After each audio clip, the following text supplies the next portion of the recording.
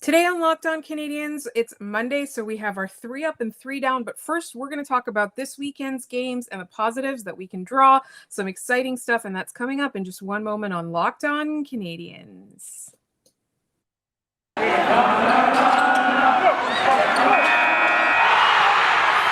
You're Locked On Canadiens, your daily podcast on the Montreal Canadiens, part of the Locked On Podcast Network, your team every day.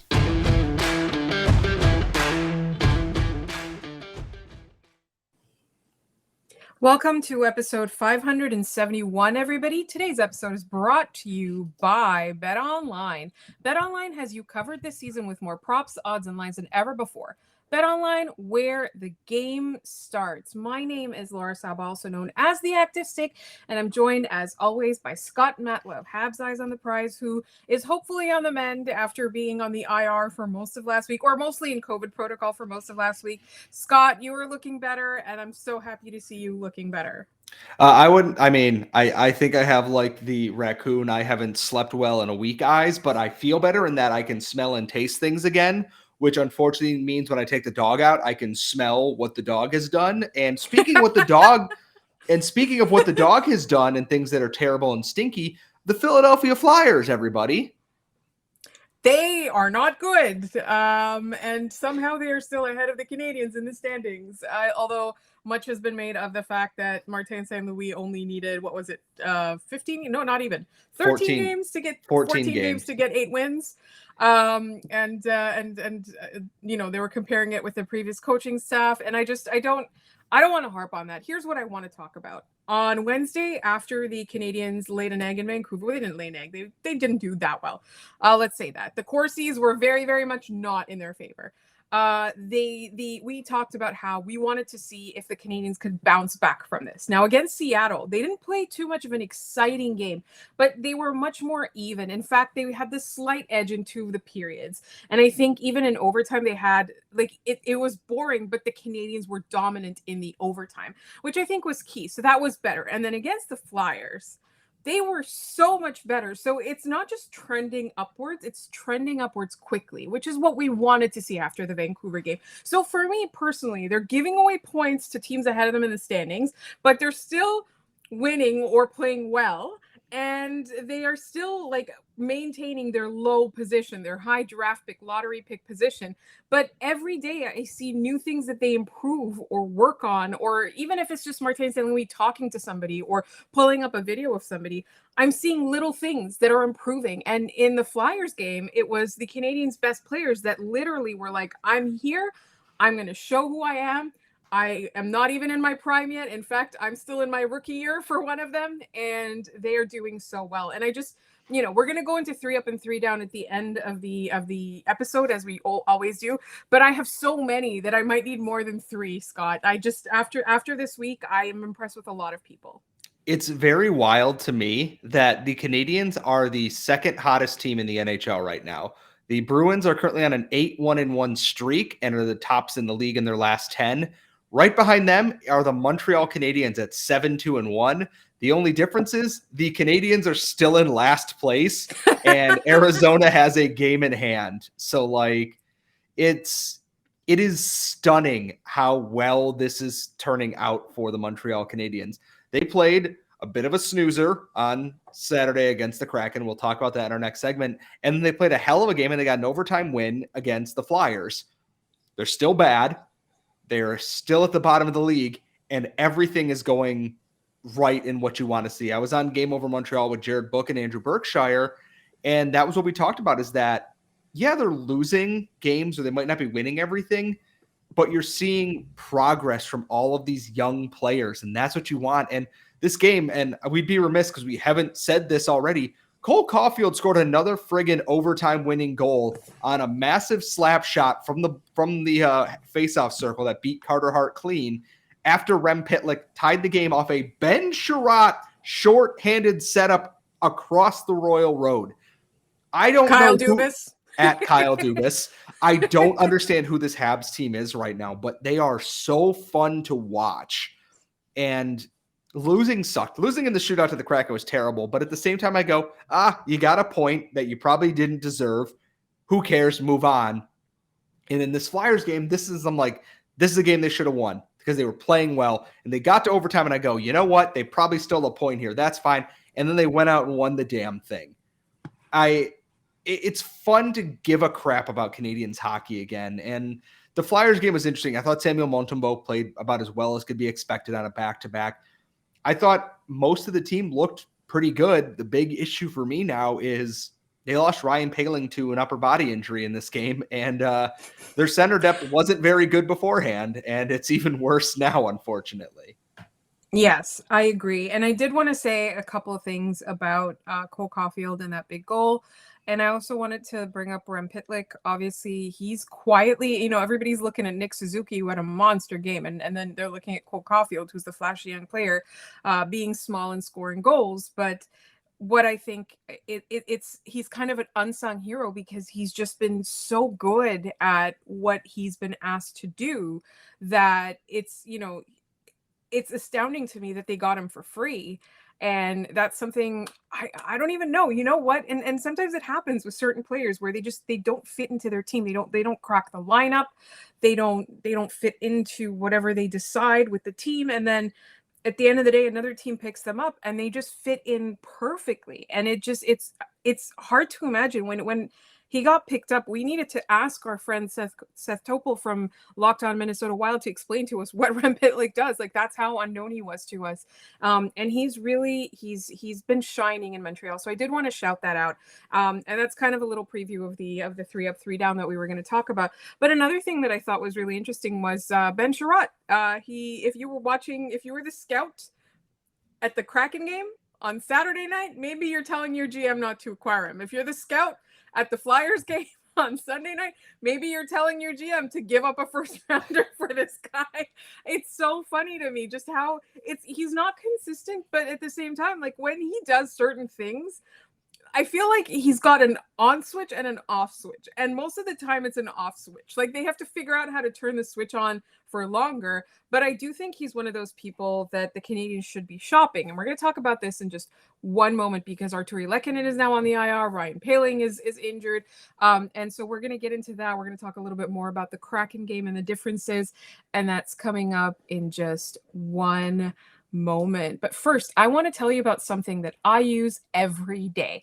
I started taking Athletic Greens because I wanted to take control of my health. It supports better sleep quality and recovery. It supports mental clarity and alertness. And it's the one thing with the best things. Athletic Greens uses the best of the best products based on the latest science with constant product iterations and third-party testing.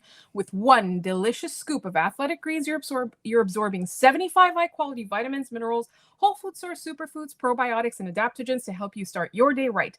This special blend of ingredients supports your gut health, your nervous system, your immune system, your energy, recovery, focus, and aging.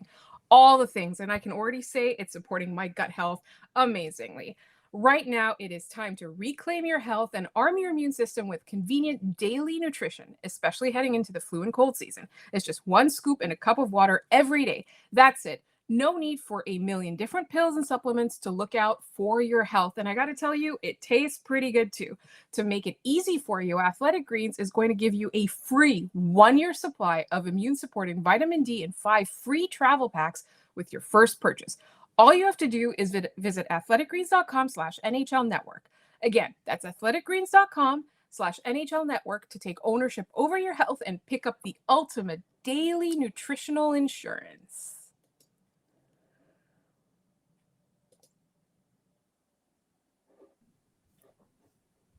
All right, Scott, let's talk about injuries. Arturi Lehkonen did not make the lineup. He was not in the starting lineup. And I have to tell you, I panicked a little bit. I was worried that he was being held out for trade, and I fully admit that. And well, that's the thing is that's the way it was made to seem originally, was that he's not in the lineup. He was, that he wasn't going to be playing or this or that. And then there was clips from warm up that it looks like he tweaked something, talked to the trainer and pulled himself out of the lineup, which, you know what, to be honest, is a smart, mature decision for any player, to be quite honest. So I'm not against it. It kind of sucks because like Lehkonen's been hot like stupid hot for the Canadiens since Martin St. Louis came in and really all season. And I don't think that the Canadiens are going to risk potentially injuring a major trade piece or someone they want to extend there. And then Ryan Poehling was lost in the middle of the game. He took a big hit from Justin Braun behind. Clean hit, just a really hard one. And this is the same day that Cedric Paquette cleared waivers to get to the Laval Rocket. And my first thought is he's not even going to get to the first practice because depending on Poehling's injury, the Habs have another game on Tuesday. They need bodies. They don't have spare pieces unless people like Dvorak or Drouin or whomever are coming back. And then they got to waive people anyways to make cap space. It's going to get real interesting to see what happens kind of from here on out now.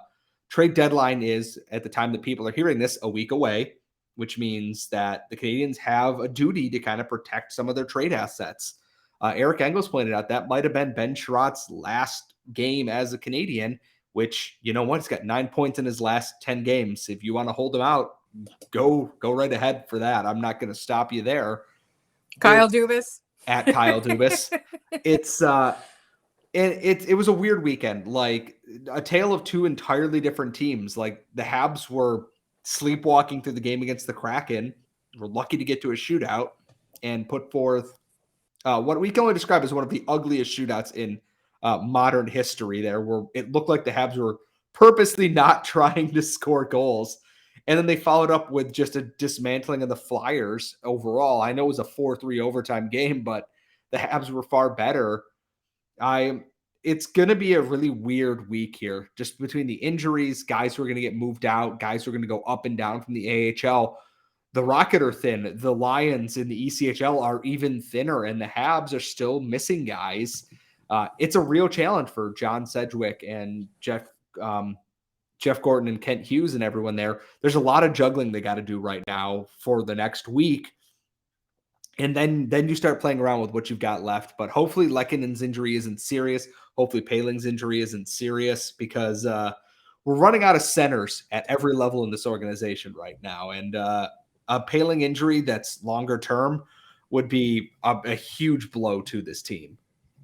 Do you know what's really funny is that we talked about this on Game Over, and we also talked about it in last week's mailbag, is where does Ryan Poehling fit into the team? And we said something very foolish, which was if they lost Ryan Poehling, I mean, he's replaceable. And I think we said that a little bit too soon, because now we've jinxed him and he's injured, and the Canadiens are going to need to figure out what to do without him in the lineup. I did also want to talk a little bit about the goaltending situation, because it truly... I find it baffling that you would start the same goaltender who has been playing while recovering from an injury in a back-to-back when they're playing in the Flyers, and obviously Caden Primo with that family history and all of that. Like, why didn't they play Caden Primo? And isn't this going to be worse for his development?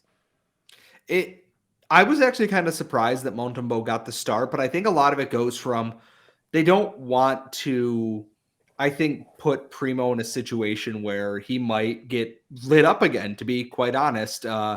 He hasn't looked great in the AHL after being returned, which some of it I think he's working just through some mental block up there, is that he had a real rough go under Dominique Ducharme, and he's got to shake out of that. Goalies are creatures of habit, and mentally, and, you know, mental strength is a big thing in that. Like, you know, not to make this about the Leafs, but to make fun of the Leafs, Peter Mrazek lets in a goal and just completely turns into a pile of crap in a game. Like, he's mentally fragile, and you don't want to do that with your up-and-coming goalie potentially of the future here too. And Montembeault, for his credit, rewarded them. He was really good against the Flyers. I didn't think he was bad against the Kraken either, and he's rewarding good faith in that. I don't think he should be playing every back-to-back, and hopefully Jake Allen or Andrew Hammond are back in the near future here, because I worry about overexerting Samuel Montembeault, and then you're in a situation where Caden Primo is your only NHL contracted goaltender at that point. Right, exactly. It's a very precarious and dire situation, to be honest. And it doesn't really help that we don't really have a timeline for when the people who were intended to be this season's goaltenders, both of them, there's absolutely no timeline for them to return. It's like maybe tomorrow, maybe 2 months from now. Yeah, and that's the thing is it's like it's no fault of Kent Hughes and Jeff Gordon. Like they went out and they got a backup goalie and he did great. And then he And then he got injured. Like it's a curse. And then they there traded, has to be some sort of curse on the Canadiens. Yeah, because then Michael McNiven, who Pierre LeBrun said was originally supposed to go to Calgary in the trade for Tyler Toffoli, was traded later, and that was the same day that Andrew Hammond was then injured. Like the only goalies left in the organization right now are Samuel Montembeault, Caden Primo, and then Kevin Poulin is on an AHL contract. Everyone below that is on a tryout deal. Like the backup is Louis-Philippe Guindon. They do not have another contracted goalie in Laval right now. I'll do it. I'm not very good, but I'll do it. I mean, Guindon gave up 3 goals on 6 shots on Saturday night, so it could not be worse. It's a tough time to be a goalie here, and they're asking a lot of Samuel Montembeault, and I know his numbers aren't exactly sparkling. He had an .897 going into this game, but at the same time, what do you want him to do? Increasing. Yeah, like what do you want him to do? He was not meant to be a starting goalie for more than like a couple of weeks, and here we are. So. And I think they should wrap them all in bubble wrap. So just real quick, I wanted to touch on that Seattle Kraken game because it did happen over the weekend, and we do kind of want to be comprehensive in our discussion. So just a couple of minutes. I thought the Canadiens played really well against Seattle, but I think what happened was I found that Seattle was able to trap the Canadiens into a dull, lower event second period. And I don't know if that's the way that you saw it, but I did find that the Canadiens allowed the Kraken to dictate the course of the game. And when you allow a bad team to do that, it gets really boring. Now, it was the first time that the Bell Center was full since I want to say November, December, when they decided to cut the capacity. I think it was December at that point. And so it was a full Bell Center, which was great. It was really nice to hear it rocking. And they got a lot of hockey because they got a full overtime and they got a long ass shootout. I thought that the Canadiens could have won that game. I think it was possible for them to, but I did not like how they allowed a boring team to kind of slow down the game. Yeah, the game against the Kraken was so weird because it's the first time that I can say they played a bad game under St. Louis. Like we've seen them lose games and lose 8-4.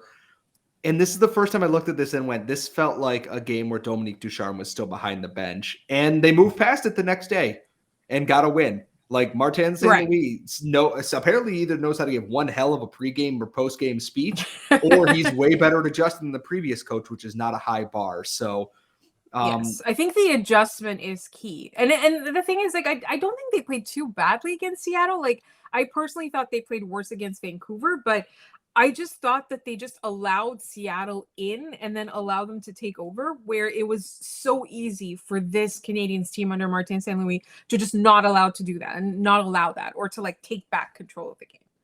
Is where I'm at. And I agree with that. It looks like it was a one-off, which I think is good, is that now it does do a lot of good to know that, hey, they had this game go wrong, but you know what? They're going to bounce back in the next one and be ready to go. So I can't dwell on the loss too much. They still got a point out of it. They still looked halfway decent at the end when they got their tying goal. Nick Suzuki remains amazing, et cetera, et cetera, et cetera. I absolutely agree with you. And so speaking of amazing, we are going to do our favorite early week segment, which is our 3 up and 3 down. And that is coming up in just one moment. But first, it is that time of the year again, as college basketball's tournament is finally upon us. I see some brackets everywhere on the internet. From all of the latest odds, contests, and player props, betonline.net is the #1 source for all your sports betting needs and info. BetOnline remains the best spot for all of your sports scores, podcasts, and news this season. And it's not just basketball. BetOnline is your continued source for all your sports wagering information needs, including live betting and your favorite Vegas casino games. Head to the website today or use your mobile device to learn more about the trends and the action. BetOnline, where the game starts. And before we get into our 3 up and 3 down, I will tell you what has all of our ups here on Locked On Canadiens, or on the Locked On Podcast Network as a whole. If you've listened to any of our shows, you will know we absolutely love Built Bar. Built Bar is a protein bar that tastes like a candy bar. It is delicious. It is low in calorie, low in sugar, high in protein. They taste like a candy bar, so you can literally get energy by eating something that tastes like a treat. I use them for breakfast. Scott uses them for hiking. There are 18 delicious flavors such as mint brownie, coconut almond. They got a caramel brownie. It's delicious. And you'll find your favorite if you go to built.com and use promo code LOCKED15 and get 15% off your order. Use promo code LOCKED15 for 15% off at built.com. All right, Scott, we had a couple of things to say about our ups and downs. As always, we will do downs first and then ups because we want to end on a high note. My first down is the Montreal Canadiens power play against the Kraken. It made me want to die. They gave up almost 2 goals on the same power play. There's no way that could be an up this week. It looks disjointed at the best of times, and it's just been not good. And I don't know if they're overthinking it, if they're overpassing it, whatever they're doing. Stop it, please. Just not to yes, stop it. Not to plug my appearance on Game Over Again. It's been 3 Saturdays. So like it was last Saturday after the Oilers game, and then like this past Saturday after the Kraken game, and then this upcoming Saturday I will be joining Andrew Berkshire on Game Over Again, and possibly Scott will be joining me as well. He's going to see if we can, and we're going to talk about the Ottawa Senators. But on Game Over, what we were talking about is there is a lack of a quarterback type defenseman on the power play. Like there's guys that can rip a shot, and that's true. You know, even without Shea Weber, there's guys that can hammer a shot at the point, but there's nobody who's is a quarterback. And I feel like sometimes they try and shoehorn another player into having that role, but often it's somebody with not enough experience or not enough ideas, not enough creativity. So I hate the power play. I hate the Canadiens power play. It is really making me sad. Out of all these things that Martin St. Louis is doing that is improving the team, it's a personnel thing, I think, but also it's a strategy thing. It's 2 things. They're missing that kind of guy. They need to find somebody like that. Yeah, and I look at this and they go, I see Ben Sharat on PP1. I see Chris Weidman out there, and I go, wasn't Jeff Petrie doing a pretty good job like a week and a half ago? What changed in that regard? And that's my only thought is like, hey, just put Jeff Petrie back on PP1 and put Weidman on PP2. Like this isn't hard, guys. Like, please don't overthink this any more than you already have. Right. And so you had a down that you wanted to talk about. Yeah. So I was watching the Heritage Classic between the Sabres and the Maple Leafs from beautiful snowy Hamilton, Ontario today. And Austin Matthews goes on my down list because one, he, and we talked about this on Game Over, is that he's reached his boiling point, it looks like, with some of his frustrations in that he did what Connor McDavid did last year against the Canadiens, that he lashed out. And in this one, he and Rasmus Dahlin get in a shoving match. Dahlin bowls him over, and Matthews gets up and cross-checks him in the neck, which you can't do. He does have a hearing with the Department of Player Safety, which is good. I expect absolutely nothing to come of it because it's the Department of Player Safety and, you know, nukes, bear poop, et cetera, et cetera. And then at the end of the game, he gets run over with a clean hit from Dylan Cousins, and 37-year-old Michael Bunting, who somehow is up for the Calder, tries to run over Cousins and gets folded up. And across the board, it's a really embarrassing look for the Maple Leafs. And I am the first person to bask in the glory of Leaf falling apartness, but this is a real ugly, stupid, bad look for so many people on that team. I agree. I have to say the Heritage Classic looked beautiful. It did. I was very, very impressed with how it looked. And obviously, you know, between the Sabres and the Leafs, we prefer if the Sabres win. And they've been having a good week beating Eichel and his return and all of that. I find that you can't, like, it's so easy to lose your temper, and I get why you would lose your temper, but you can't react like that to it is the issue. Is that you have to, you know, we've talked about Brendan Gallagher like this as well. It's like, you can't do that. You just can't. And so in this case, it's very much that. All right, so we had 2 downs. There's nobody really that I want to pick on other than that this week. So let's do our 3 ups. I think Rem Pitlick, as we talked about in our first segment, I think he's really been a revelation on the Canadiens. He's obviously not a defensive stalwart, but he's a good player. I think he's a good depth player on this team. He's a good offensive depth player on this team, and I like what he's been doing so far. Scott, who's your first up? I actually had Pitlik as well. He's been so good for the Canadiens, and he's not going to shoot like the lights out like he is now. He's going to settle into being a bottom 6 forward. You know what? He fits the mold of what a modern bottom 6 forward should be in the NHL right now, and he continues to impress me. He scores big goals for the Canadiens. He comes up clutch when it counts. His goal forced overtime tonight, and then he set up Caufield's overtime winner, which actually leads to my second up for this. Cole Caufield remains so goddamn good at hockey. I could spend an entire show gushing over how good he's been under Martin St. Louis, but coming off the bench and scoring a clean clap bomb by Carter Hart like that is just, it's perfect. I love it. It's what I want to see out of a guy like Cole Caufield. Small boy, big goals. Yes, small goal. That's what we're seeing. Wow, that was. I'm tired. I'm gonna blame it on the small COVID. Goals boy. Well, that's who he is. But I just wanted to say big goals because I mean they are important goals. And then I have a feeling I know who you're gonna say for your third up, but I'm just gonna let you say it. I was gonna say it's Nick Suzuki. Nick Suzuki is so. Speaking of people who are really goddamn good at hockey, Nick Suzuki. Sweet mother of God, is he good? He's so good. So good.